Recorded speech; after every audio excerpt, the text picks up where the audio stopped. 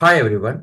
Today's topic is resting and action potentials.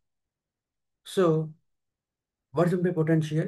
Potentials means voltages. మనం test చెప్పుకున్నామండి కాన్సెప్ట్ని. Potential means voltages.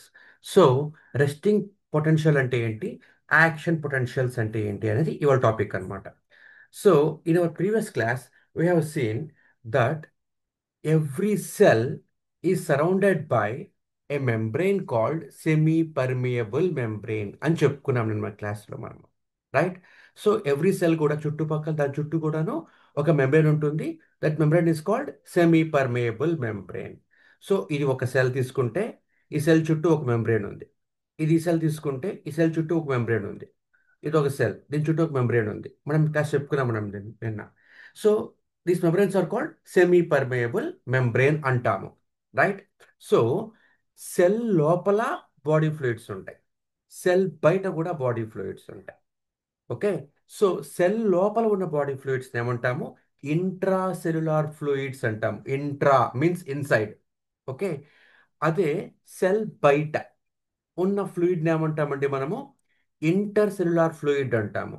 Inter అంటే మధ్యన అని అర్థం అనమాట. ఓకే. సో ఈ సెల్కి మధ్యలో ఉంది కాబట్టి fluid, we call it inter cellular fluid, right. So ఇది మీరు బాగా గుర్తుపెట్టుకోవాలి. ఇంట్రా మీన్స్ లోపల, ఇంటర్ మీన్స్ ఇన్ బిట్వీన్ అని అర్థం అనమాట, రైట్. సో కన్ఫ్యూజ్ అవ్వద్దు. మనము ఇంటర్ కాలేజ్ కాంపిటీషన్స్ అంటాము. అంటే మీనింగ్ ఏంటి? కాలేజ్కి మధ్య జరిగే పోటీలు అనమాట, గేమ్స్ పోటీలు అనమాట. ఓకే. కాంపిటీషన్స్ అనమాట. సో అలా ఇంటర్ కాలేజ్ అంటే కాలేజ్కి మధ్య జరిగే పోటీ. సో అలాగే ఇంటర్ సెల్యులార్, సెల్కి మధ్యలో ఉండే ఫ్లూయిడ్ ఇంటర్ సెల్యులార్ ఫ్లూయిడ్ అంటాం అనమాట. So the major type of, so ఈ సెల్ లోపల ఫ్లూయిడ్ ఉంటుంది, సెల్ బయట ఫ్లూయిడ్ ఉంటుంది. ఈ ఫ్లూయిడ్స్లో ఉండే మేజర్ అయాన్స్ ఏంటండి? సోడియం, పొటాషియం, క్లోరైడ్ అని చెప్పుకున్నాం మనం క్లాస్లో మనం నిన్న. సో ఇంకా ఉంటాయి కాల్షియము, మెగ్నీషియము, ఫాస్ఫేట్, బైకార్బోనేట్, ఇలా ఎన్నున్నా సరే మేజర్ అయాన్స్ వచ్చేటప్పటికి sodium, potassium, chloride are the major ions అన్నమాట మన బాడీలో. కాబట్టి మనకు ఒంట్లో బాగాలేకపోతే, నీరసం వస్తే కనుక ఏం చేస్తారండి? సెలైన్ ఎక్కిస్తారు. క్లియర్. సెలైన్ ఎక్కిస్తారు. సెలైన్లో ఏముంటుందండి? సొల్యూషన్ ఏంటండి? సెలైన్ లీక్ అంటే ఏంటి? అంటే 100 ml వాటర్కి 0.9 grams NaCl ఆర్ కేసిఎల్ కలుపుతామన్నమాట. 100 ml వాటర్కి 0.9 grams of NaCl or KCl. See చూడండి ఇక్కడ, sodium, potassium, chloride are the major ions in the body. కాబట్టి ఒక పాజిటివ్ అయాన్, ఒక negative ion. See sodium and potassium are positive ions and chloride is the negative ion. కాబట్టి NaCl salt ఉప్పు, అలాగే KCl. So in saline solution ఏముంటుందండి? Combination of positive and negative ions అనమాట. NaCl కానీ లేకపోతే KCl కానీ ఉంటుందన్నమాట. ఎంతకి? 100 mlకి 0.9 grams of salts. The salts are NaCl or KCl. So ఇవే మన బాడీలో ఉంటాయి అన్నమాట. మేజర్ అయాన్స్ మనకి సోడియం, పొటాషియం, క్లోరైడ్. కాబట్టి మనకి ఏమన్నా నీరసం వస్తే, బాడీకి స్ట్రెంగ్త్ లేకపోతే మనం ఏం చేస్తాము? సెలైన్ ఎక్కిస్తారు. ఆ సెలైన్లో ఉండేది కూడా మళ్ళీ లిక్విడ్లో ఇవే అయాన్స్ ఉంటాయి అన్నమాట. కాబట్టి మనకు అర్థం కావాలి, these ions are more important in the body. So ఈ అయాన్స్ కనుక బ్యాలెన్స్ అవ్వకపోతే మన బాడీలో ఆర్గాన్స్ సరిగ్గా వర్క్ చేయలేవు అని మనకి ఇప్పుడు ఒక కాన్సెప్ట్ కింద అర్థమవుతుంది. క్లియర్. సో ఈ అయాన్స్ ఏం చేస్తాయండి? సోడియం, పొటాషియం, క్లోరైడ్ ఏం చేస్తాయండి? ఈ లిక్విడ్లో ఉంటాయి. ఓకే, సారీ, ఆ ఫ్లూయిడ్లో ఉంటాయి. సెల్ లోపల ఉంటుంది ఫ్లూయిడ్, సెల్ బయట ఉంటుంది ఫ్లూయిడ్. సెల్ లోపల ఉండే ఫ్లూయిడ్కి ఇంకో పేరేంటండి? సైటోప్లాజం. ఓకేనమ్మా, ఇదంతా లిక్విడ్ అనమాట. ఇందులో ఈ అయాన్స్ అన్నీ ఉంటాయి. ఈ అయాన్ అలాగే బయట కూడా అయాన్స్ ఉంటాయి. సో వాటి పేర్లు మనం ఏం చెప్తున్నాం? బ్రాడ్గా ఏం చెప్తున్నాము? Inter cellular fluids and intra cellular fluids అని చెప్తున్నాం అనమాట. క్లియర్. అయితే ఈ అయాన్స్ ఏమవుతాయండి? మూవ్ అవుతాయి అన్నమాట.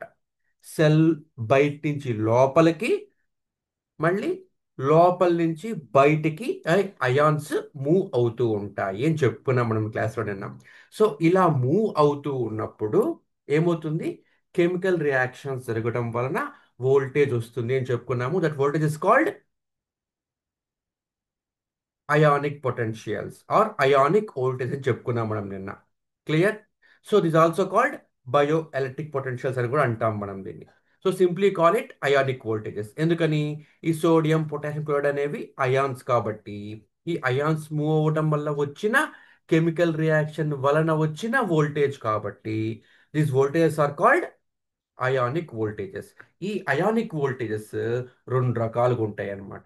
ఒకటేమో resting potential and second one is action potential అని ఉంటుందండి.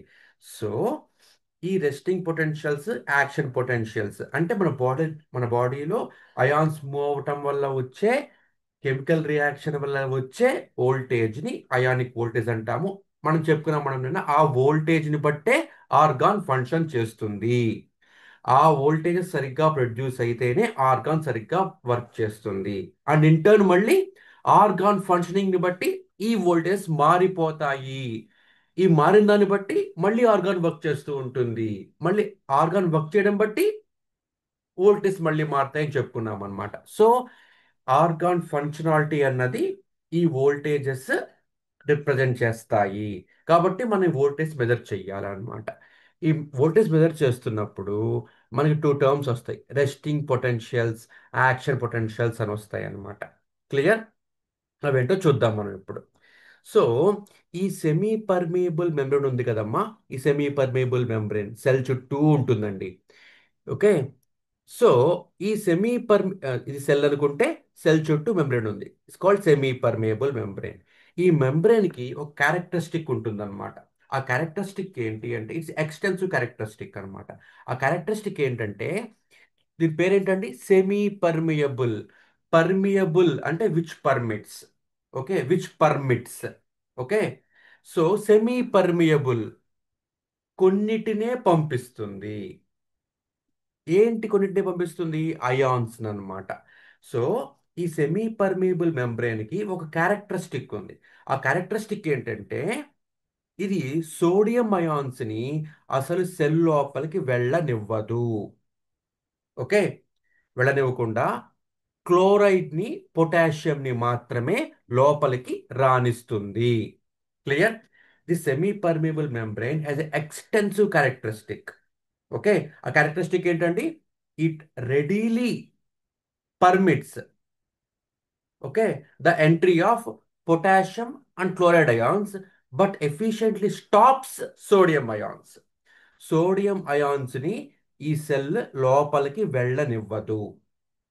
ఓకే. ఈ సెమీపర్మియబుల్ మెంబ్రేన్ ఈ సోడియం అయాన్స్ ని లోపలికి వెళ్ళనివ్వదు. ఏం చేస్తుందండి అది? బట్ పొటాషియం ని, క్లోరైడ్ ని వెళ్ళనిస్తుంది అనమాట. ఓకేనమ్మా?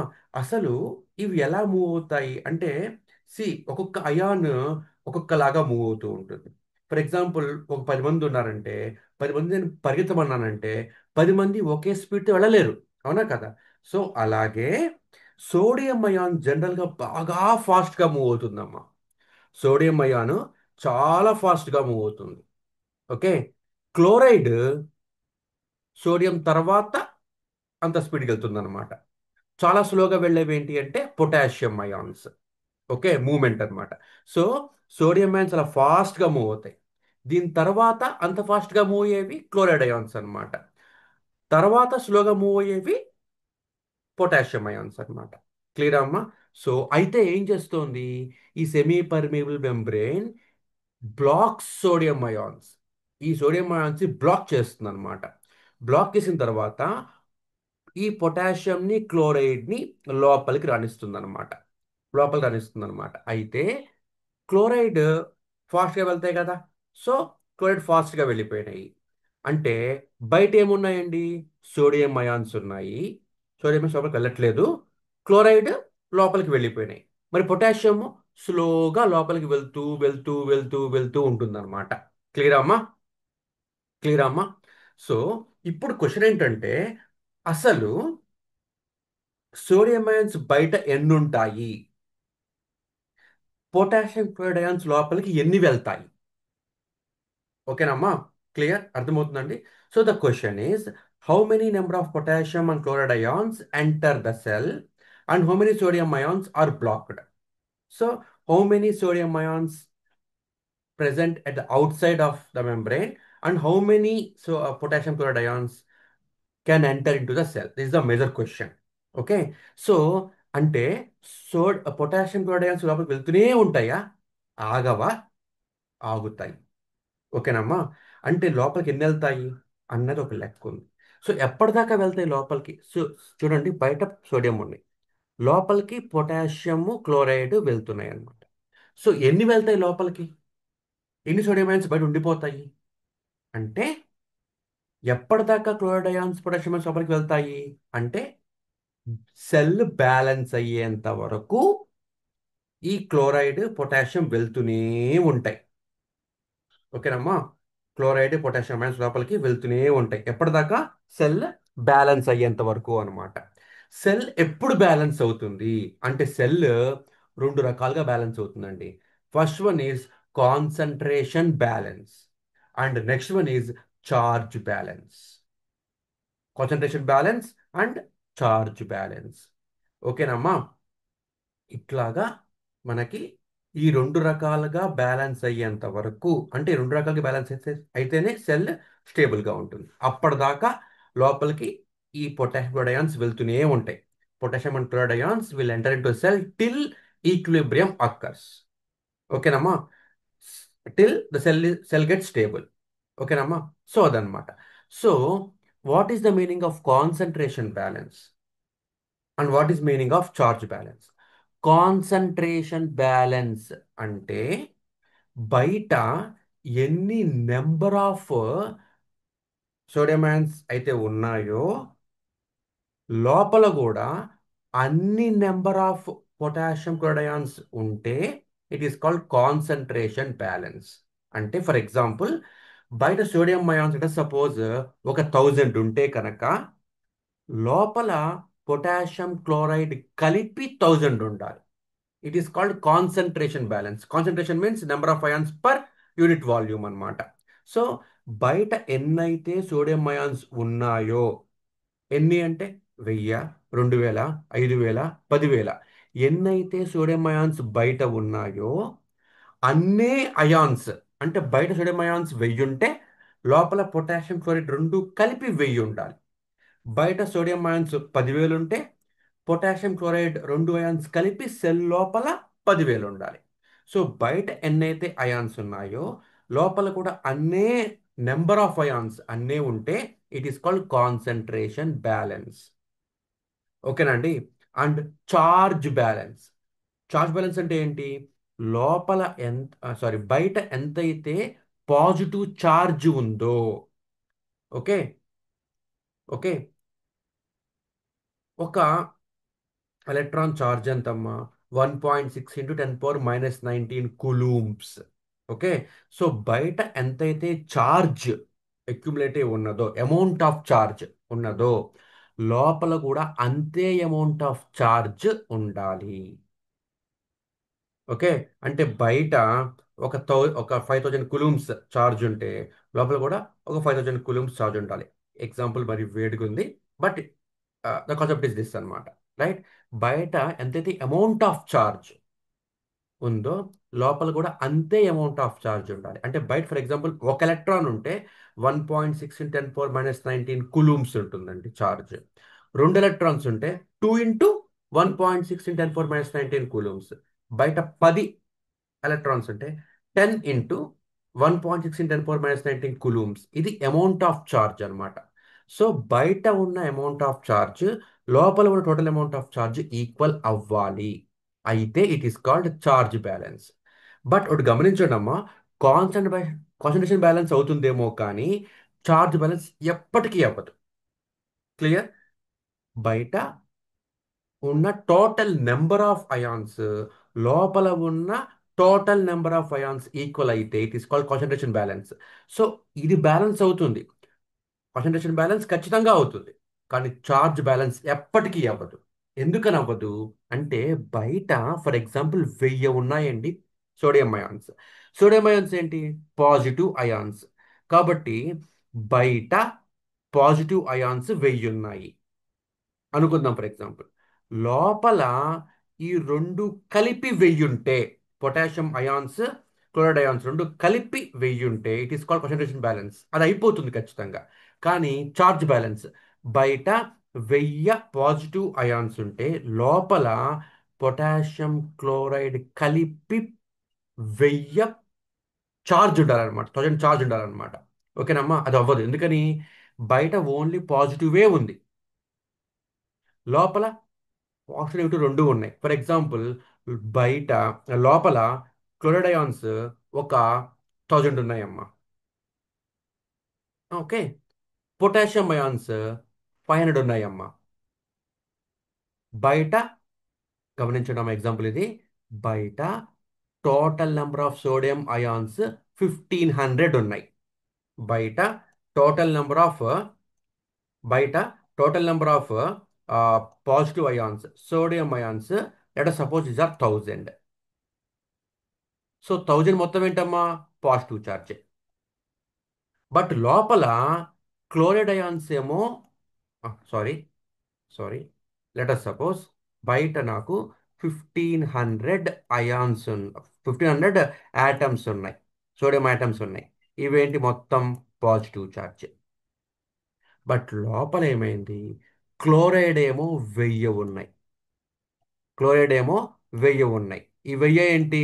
నెగిటివ్ టైప్ క్లోరైడ్ కాబట్టి. పొటాషియము 500 ఉన్నాయి అనుకుందాం ఫర్ ఎగ్జాంపుల్. ఓకేనమ్మా, పైన ఉంది. ఇదేంటిది? Positive charge. సో నౌ ఇక్కడ గమనించండి, క్వశ్చన్ ద బ్యాలెన్స్ ఇక్కడ అయిపోయింది. ఓకే. టోటల్ కాన్సన్ట్రేషన్ బ్యాలెన్స్ అయిపోయింది. టోటల్ కాన్సన్ట్రేషన్ ఆఫ్ అయాన్స్ బయట ఎన్ని ఉన్నాయి? 1500. లోపల ఎన్ని ఉన్నాయి? 500 ప్లస్ 1000 1500 సరిపోయింది. సో ద కాన్సన్ట్రేషన్ బ్యాలెన్స్ నాకు అయిపోయిందమ్మా. బట్ చార్జ్ బ్యాలెన్స్ ఎప్పటికీ అవ్వదు. ఎందుకని? లో బయట నాకు 1500 టోటల్ పాజిటివ్ చార్జ్ ఉంటే లోపల 1000 నెగిటివ్ 500 పాజిటివ్. నెట్ ఎంత? 500 నెగిటివ్ లోపల. ఓకే. 1000 నెగిటివ్ ఉన్నాయి లోపల. లోపల 1000 నెగిటివ్ ఉన్నాయి, 500 పాజిటివ్ ఉన్నాయి. So what is the net charge?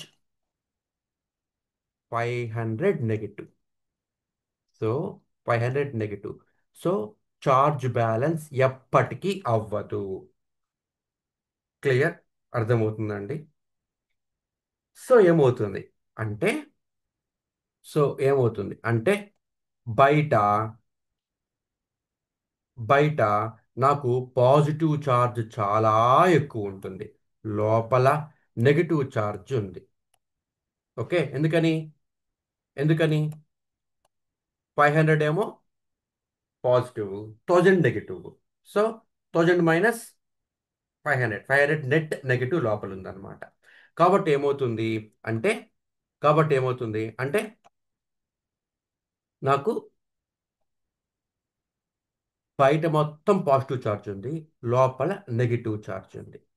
So positive negative, positive negative అంటే ఏమవుతుంది? I have some potential difference వచ్చింది నాకు. సో ఎంత ఉంటుందమ్మా ఇది? -70 mV ఉంటుంది అనమాట. -70 అంటే ఇప్పుడు నేను ఈ వోల్టేజ్ మెజర్ చేస్తే బయట ఏమో పాజిటివ్, లోపల నెగిటివ్ ఉంది కదా. ఓకే. ఎక్కువ.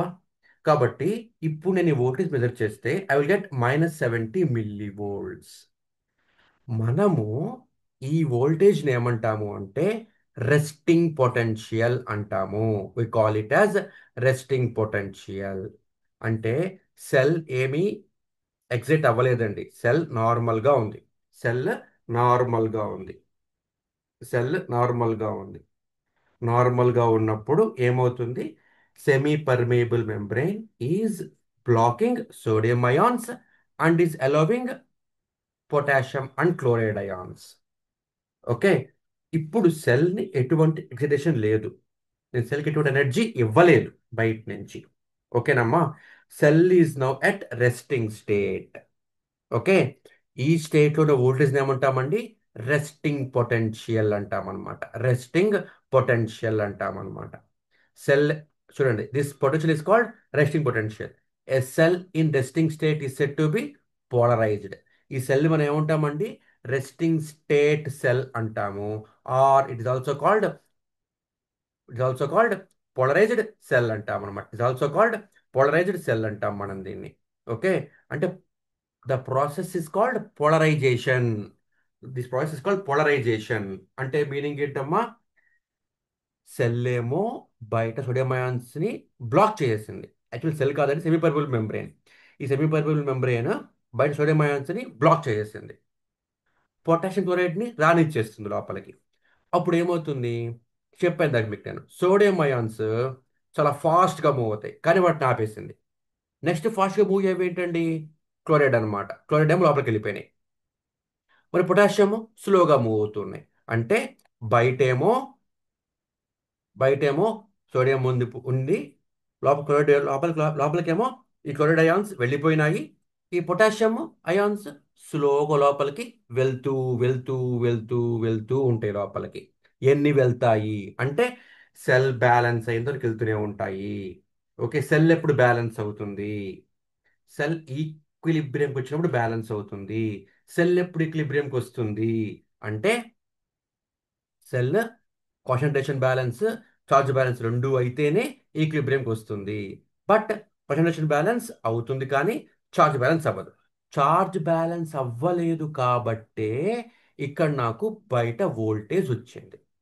చార్జ్ బ్యాలెన్స్ అయిపోతే అవుట్పుట్ నాకు జీరో వస్తుంది ఇక్కడ నాకు. అంటే బయట ఉన్న ఛార్జ్ లోపల ఉన్న ఛార్జ్ ఈక్వల్ అయిపోతే voltage is now zero. Voltage means potential difference between positive and negative ions. Okay. So లోపలేమో నెగిటివ్ ఎక్కువ ఉంది, బయట పాజిటివ్ ఎక్కువ ఉంది. I will get -70 millivolts. It's called resting potential. The cell in resting state is set to be polarised. Generally దీని range ఎంత ఉంటుందంటేనమ్మా, -60 millivolts దగ్గర నుంచి -100 millivolts దాకా ఈ వోల్టేజ్ ఉంటుంది. Normally -70 is the average one అనమాట. -70 millivolts is the average one అనమాట. క్లియర్? అర్థమవుతుందండి? గమనించండి, ఇక్కడ ఈ పొటాషియం అయాన్ స్లోగా వస్తూ వస్తూ వస్తూ వస్తూ ఉంటాయి అన్నమాట.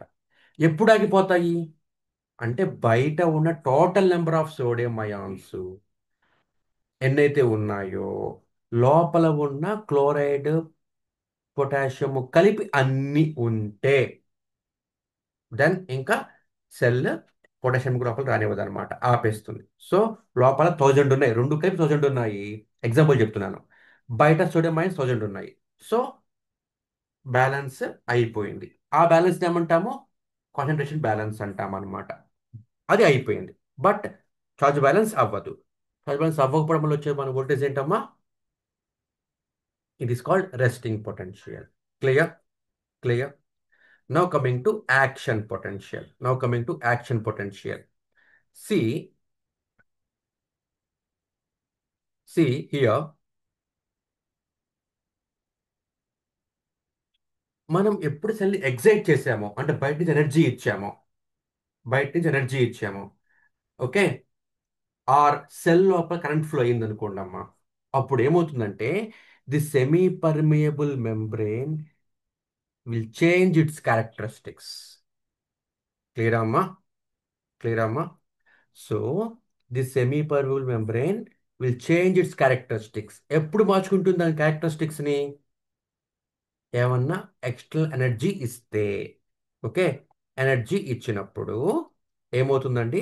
It changes characteristics. అదేంటి ఆ క్యారెక్టరిస్టిక్స్ ఏంటి? ఇప్పటిదాకా ఏం చేసింది? సోడియంనేమో ఆపేసింది, పొటాషియం క్లోరైడ్ డాట్ ఇచ్చింది అనమాట. ఇప్పుడు రివర్స్ అనమాట, టోటల్ రివర్స్ అనమాట. ఈ సోడియం అయాన్స్ లోపల అన్ని చేస్తుంది, ఈ పొటాషియం క్లోరైడ్ బయటికి నెట్టేస్తా అనమాట. సో ఏమవుతుంది? సి హియర్, లోపలికి సోడియం అయాన్స్ టకా టకా టకా వచ్చేస్తాయి అమ్మా, చాలా ఫాస్ట్గా వచ్చేస్తాయి. మనం దీన్ని ఏమంటామంటే సోడియం రష్ అంటాం అనమాట. ఓకేనమ్మా? సోడియం రష్ అంటాం, ఆ సోడియం పంప్ అంటాం మనం దీన్ని. అంటే చాలా ఫాస్ట్గా సోడియం వెళ్ళిపోతుంది. అందుకే ఏం చెప్తారంటే మనకి ఉప్పు ఎక్కువ తినద్దు అంటారు, ఎందుకంటే ఉప్పులో ఎక్కువ సోడియం అయాన్స్ ఉంటాయి. కాబట్టి సాల్ట్ ఎక్కువ తీసుకుంటే ఏమవుతుంది? లోపలికి ఎక్కువ అమౌంట్ ఆఫ్ సాల్ట్ వెళ్ళిపోతుంది అనమాట, సోడియం అయాన్స్ వెళ్ళిపోతాయి అనమాట. వెళ్ళిపోయినప్పుడు ఏమవుతుందమ్మా? ఈ వోల్టేజ్లో ఇంబ్యాలెన్స్ ఏర్పడుతుంది. ఈ వోల్టేజ్ ఇంబ్యాలెన్స్ ఏర్పడితే ఏమవుతుందమ్మా? వోల్టేజ్ని బట్టే కదా ఆర్గాన్స్ ఫంక్షన్ చేసేవి. ఎప్పుడైతే వోల్టేజ్లో ఇంబ్యాలెన్స్ ఏర్పడిపోయిందో అప్పుడు ఆర్గాన్స్ ఫంక్షనింగ్ మారిపోతుంది. అందుకే సాల్ట్ ఎక్కువ తీసుకుంటే బీపీ వచ్చేస్తుంది, హార్ట్కి ప్రాబ్లము, బ్రెయిన్కి ప్రాబ్లం చెప్తారు కదా. ఎందుకని అంటే ఇదే రీజన్ అన్నమాట. క్లియర్? సో సోడియం చాలా ఫాస్ట్గా లోపలికి టక టక టక వచ్చేస్తుంది అనమాట. సోడియం ఫాస్ట్ లోపల వచ్చేసింది. ఇప్పుడు ఏమైనాయి? లోపలికి సోడియం వచ్చేసింది. లోపల ఆల్రెడీ ఉన్నాయి, క్లోరైడ్ ఉంది, పొటాషియం ఉంది. ఈ రెండింటిని ఏం చేస్తుందమ్మా? ఈ సెల్ నెట్టేస్తుంది బయటకు అనమాట. అయితే పొటాషియము క్లోరైడ్లో కంపేర్ చేస్తే క్లోరైడ్ ఫాస్ట్గా బయటికి వెళ్ళిపోతుంది, క్లోరైడ్ అనమాట. సో లోపలేమో పాజిటివ్ సోడియం వచ్చేసింది, ఫాస్ట్గా వచ్చేసింది లోపలికి అనమాట. లోపలికి ఫాస్ట్గా సోడియం వచ్చేసింది, బయట క్లోరైడ్ ఫాస్ట్గా వెళ్ళిపోయింది. క్లోరైడ్ సారీ పొటాషియం స్లోగా బయటికి పోతూ ఉంటుందన్నమాట. ఎప్పటిదాకా పోతుంది? మళ్ళీ ఈక్విలిబ్రియం వచ్చేంత వరకు వెళ్తూనే ఉంటాయి. ఇందాక చెప్పిన కాన్సెప్టే, మళ్ళీ చార్జ్ బ్యాలెన్స్ అవ్వాలి, తర్వాత కోఆర్డినేషన్ బ్యాలెన్స్ అవ్వాలన్నమాట. సో ఆల్వేస్ కోఆర్డినేషన్ బ్యాలెన్స్ అవుతుంది, చార్జ్ బ్యాలెన్స్ ఎప్పటికీ అవ్వదు. కాబట్టి ఏమవుతుందండి? లోపలేమో టోటల్ సోడియం అయాన్స్ ఉన్నాయి, బయట పొటాషియం క్లోరైడ్ వచ్చేస్తాయి బయటికి. అంటే సోడియం లోపలికి చాలా ఫాస్ట్గా మూవ్ అయిపోతుంది. ఈ క్లోరైడ్ లోపల నుంచి బయటికి ఫాస్ట్గా వచ్చేస్తుంది. పొటాషియం స్లోగా బయటకు వస్తూ వస్తూ వస్తూ వస్తూ ఉంటుందన్నమాట. సో చివరికి ఎప్పటిదాకా వస్తుంది అది? అంటే బయట ఎన్నైతే అయాన్స్ ఉన్నాయో, total number of ions potassium chloride కలిపి ఎన్నైతే ఉన్నాయో, లోపల సోడియం అయాన్స్ కూడా అన్నీ ఉన్నంత వరకు పొటాషియం బయటకు వచ్చేస్తూనే ఉంటుందన్నమాట. ఎప్పుడైతే బయట total number of ions, chloride plus potassium రెండు, ఒక ఫర్ ఎగ్జాంపుల్ బయట క్లోరైడ్ పొటాషియం కలిపి ఒక 1000 ఉన్నాయి అనుకోండి అమ్మా. లోపల సోడియం కూడా లోపల 1000 ఉంటే అప్పుడు it is called concentration balance. ఓకేనమ్మా? ఇది ఎంత ఉంటుంది అంటే +20 mV ఉంటుంది అనమాట. అంటే లోపల పాజిటివ్ ఉంది, బయట నెగిటివ్ ఉంది. మనం వోల్టేజ్ మెజర్ చేస్తే వి విల్ గెట్ +20 mV. మనం దీన్ని ఏమంటామంటే డీపోలరైజేషన్ అంటాం అనమాట. అంటే ఇప్పుడు ఏమైంది? ఈ ది సెమీ పర్మిబుల్ మెంబ్రెయిన్ వాటి క్యారెక్టరిస్టిక్స్ ని మార్చుకుంది. ఎప్పుడు మార్చుకుంది? మనం ఎన్- ఏమన్నా బయట నుంచి ఎనర్జీ ఇచ్చినప్పుడు మార్చుకుంది అనమాట.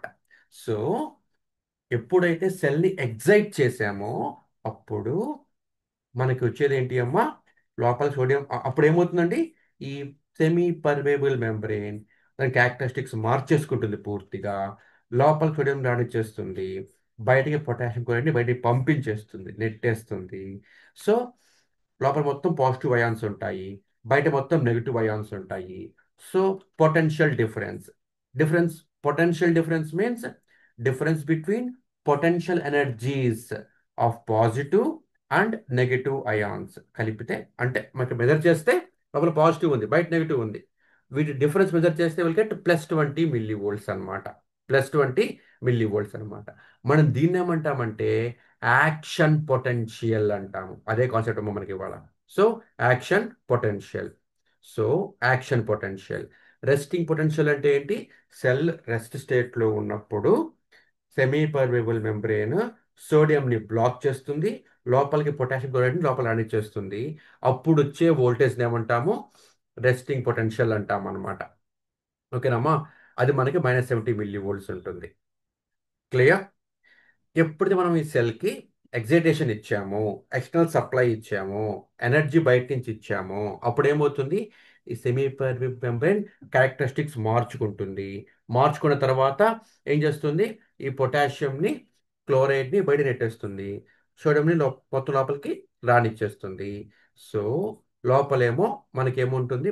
పాజిటివ్ ఉంటుంది, బయట నెగిటివ్ ఉంటుంది. ఈ పాజిటివ్ అయాన్స్ నెగిటివ్ అయాన్స్ యొక్క ఎనర్జీ యొక్క డిఫరెన్స్ ఏమంటున్నాము? పొటెన్షియల్ డిఫరెన్స్ అంటున్నాము. అది +20 mV ఉంటుంది. This +20 mV is called action potential. And cell ఇప్పుడు ఏమైందండి? ఎగ్జైట్ అయ్యిందనమాట. కాబట్టి మన సెల్ ఏమంటామంటే, సెల్ ఏమైంది? ఎగ్జైట్ అయ్యింది. ఎగ్జైట్ అయితే ఏమంటామంటే దీన్ని అంటే డీపోలరైజ్ అయ్యింది అని చెప్తాం అనమాట. డీపోలరైజ్ అయ్యింది అని చెప్తాం. ఓకేనమ్మా? డీపోలరైజ్ అయింది సెల్ అనమాట. సెల్ డీపోలరైజ్ అయిపోయింది. ఓకే.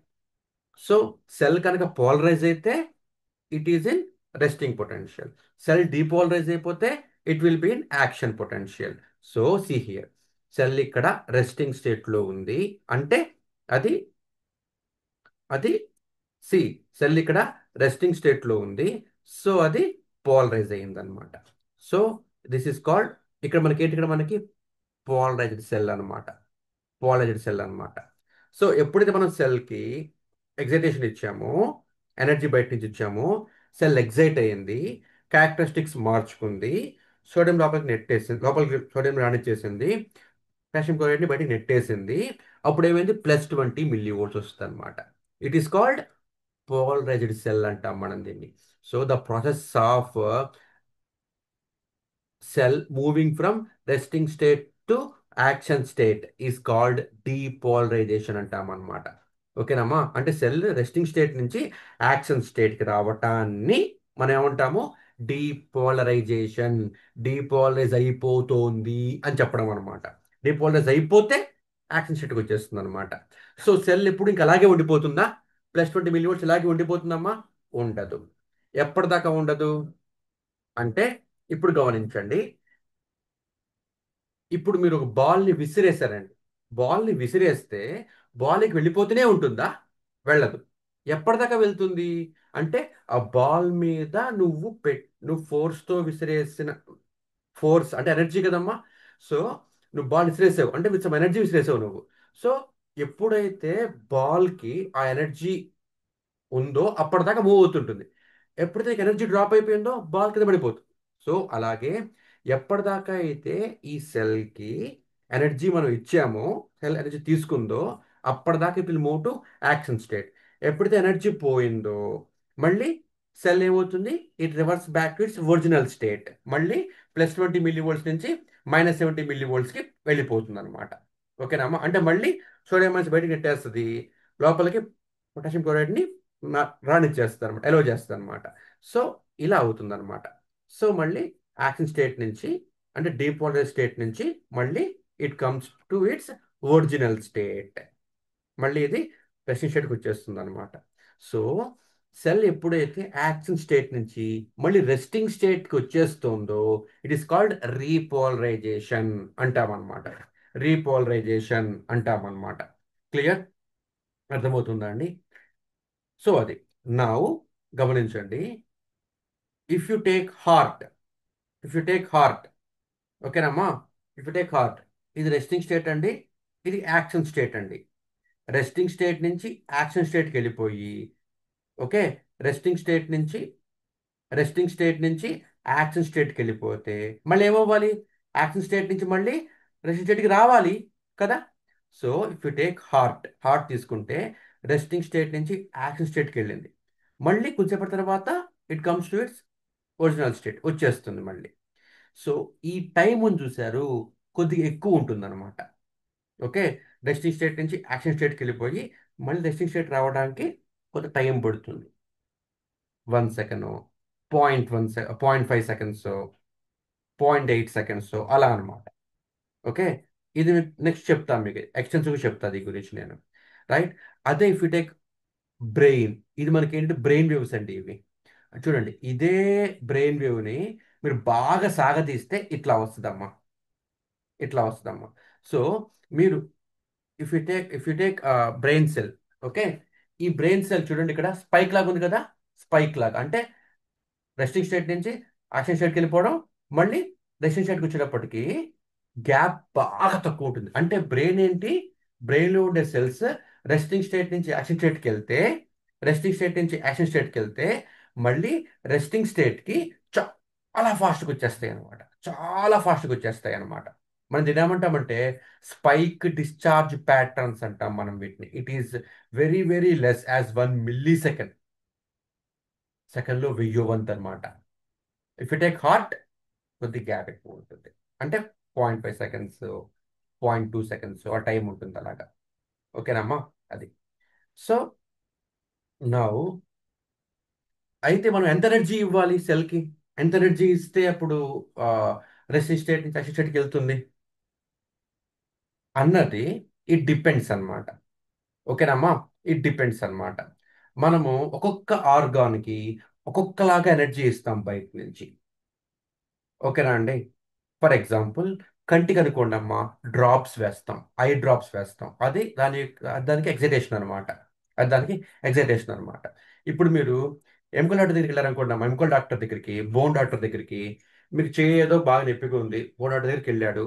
ఆడేం చేస్తాడు, ఆ డాక్టర్ ఏం చేస్తాడు, సుత్తిలా ఉంటుందన్నమాట. సుత్తిలా ఉన్న దాన్ని తీసుకుని ఎముక మీద టక్కని కొడతాడు అనమాట. మోచేతి మీద కొడతాడు, మొత్తం షాక్ వచ్చినట్టు అయిపోద్ది మనకి. అవునా అమ్మా? సో మొత్తం షాక్ వస్తే, అంటే మీ మోచేయి దగ్గర డాక్టర్ ఏం చేస్తాడంటే రబ్బర్ స్విచ్ తీసుకొని కొడతాడమ్మా. అలాగా కొడితే ఏమవుతుంది, మొత్తం జుమ్ అంటది. ఓకే? ఎప్పుడైనా మీరు ఎగ్జామ్ రాస్తున్నప్పుడు మీ మోచేయి బెంచ్ తగిలితే మొత్తం షాక్ కొట్టినట్టు జుమ్ అంటుంది కదా. అంటే మీనింగ్ ఏంటి, ఈ బోన్ మొత్తం తీసుకుంది అగ్రేషన్ అనమాట.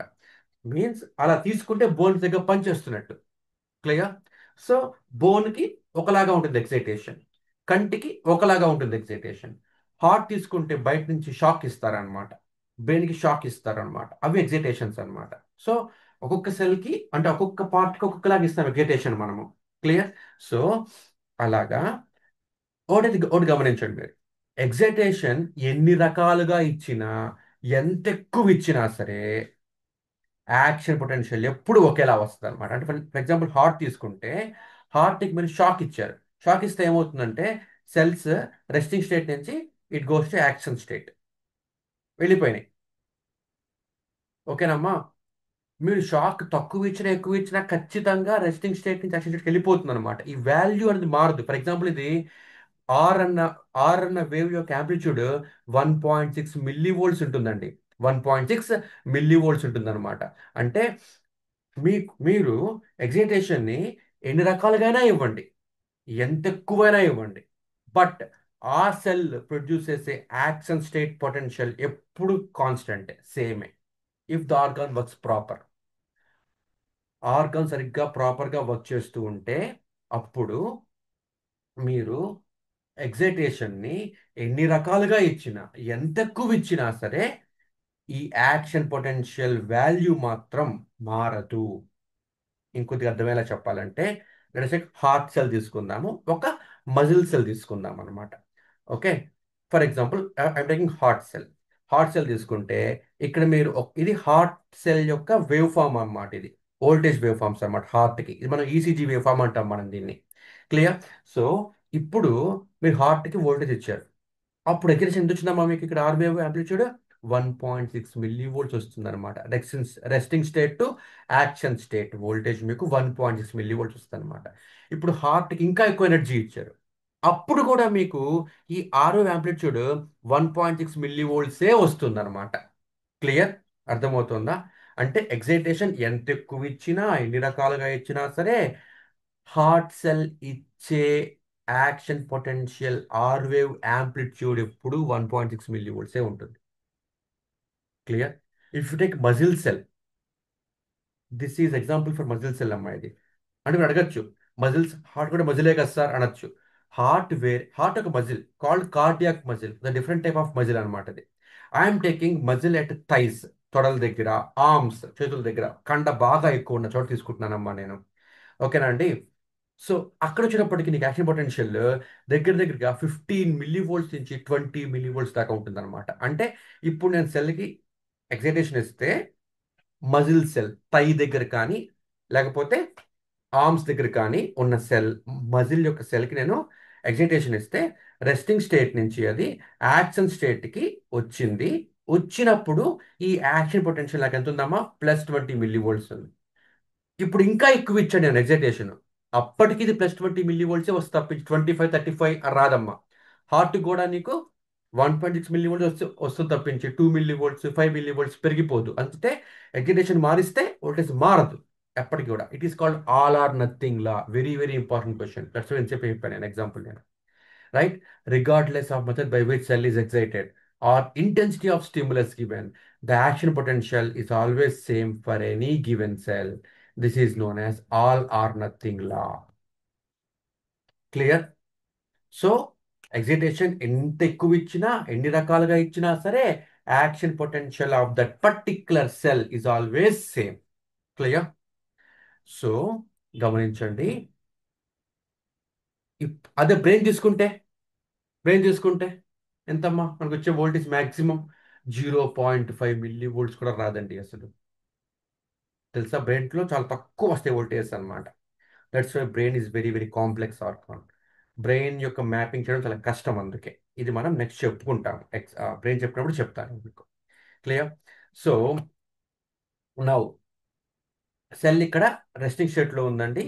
నేను సమ్ వోల్టేజ్ ఇచ్చే బయట నుంచి ఆర్ సమ్ ఎగ్జైటేషన్ ఇచ్చే బయట నుంచి cell is going to action state. వెళ్ళిపోయింది. యాక్షన్ స్టేట్ లో ఉండగా మళ్ళీ ఇక్కడే నేను ఇంకొక ఎగ్జైటేషన్ ఇస్తే సెల్ తీసుకోదు. సెల్ తీసుకోదు. గమనించండి. సెల్ రెస్టింగ్ స్టేట్ లో ఉన్నది. అప్పుడున్న వోల్టేజ్ -70 మిల్లీ వోల్ట్స్. ఇప్పుడు నేను సెల్ కి I have given some excitation. అప్పుడు ఏమైంది, సెల్ రెస్టింగ్ స్టేట్ నుంచి యాక్షన్ స్టేట్ కి వెళ్ళిపోయింది. క్లియర్. ఇప్పుడు యాక్షన్ స్టేట్ లో ఉండగా సెల్ నేను మళ్ళీ వెంటనే ఇంకొక పల్స్ ఎగ్జైటేషన్ ఇస్తే సెల్ తీసుకోదు. ఎప్పటిదా తీసుకోదు? మళ్ళీ అది యాక్షన్ స్టేట్ నుంచి రీపోలరైజ్ అయ్యి నార్మల్ స్టేట్కి మళ్ళీ రెస్టింగ్ స్టేట్కి వస్తేనే మళ్ళీ ఇక్కడ నేను ఒక ఎగ్జైటేషన్ ఇస్తే తీసుకుంటుంది మళ్ళీ అది, లేదా తీసుకోదు. అంటే సెల్ యాక్షన్ స్టేట్లో ఉండగా నువ్వు ఎగ్జైటేషన్ ఇస్తే తీసుకోదు. అంటే నేను ఇక్కడ ఎగ్జైటేషన్ ఇచ్చాను, సెల్ యాక్షన్ స్టేట్కి వెళ్ళిపోయింది.